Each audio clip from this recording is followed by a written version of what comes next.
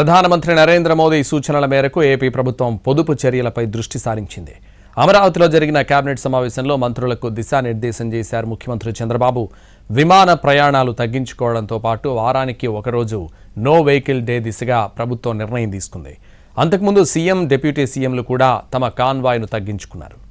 ప్రధాని నరేంద్ర మోడీ ఇచ్చిన పిలుపుతో ఏపీ ప్రభుత్వం అలర్ట్ అయ్యింది. ప్రధాని చెప్పిన 8 సూత్రాలను తూచా తప్పకుండా అమలు చేస్తామని సీఎం చంద్రబాబు ఇప్పటికే ప్రకటించారు.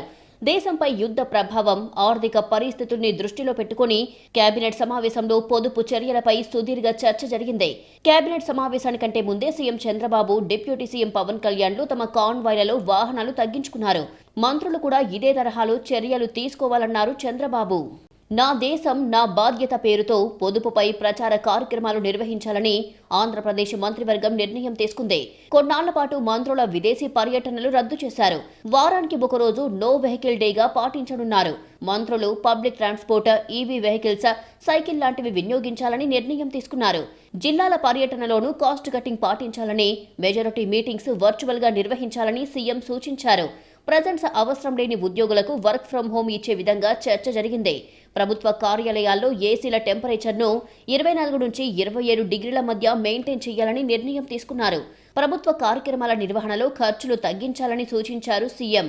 మంత్రుల నుంచి అధికారుల వరకు వాహనాల సంఖ్యను, వినియోగాన్ని తగ్గించాలని కేబినెట్ నిర్ణయం తీసుకుంది.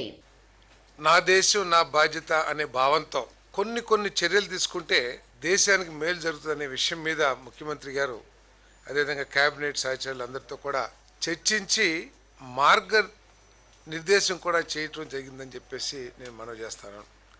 ప్రత్యేకంగా ప్రజలకు చెప్పే ముందు ప్రజాప్రతినిధులు, రాజకీయ నాయకులు అంటే శాసనసభ్యులు, ఎంపీలు, అందరూ మంత్రులు, అదేవిధంగా ప్రభుత్వ సంస్థల్లో అధికారులు కొన్ని చర్యలు అంటే ప్రజలను కూడా మోటివేట్ చేసే విధంగా కొన్ని చర్యలు తీసుకుంటే బాగుంటుంది.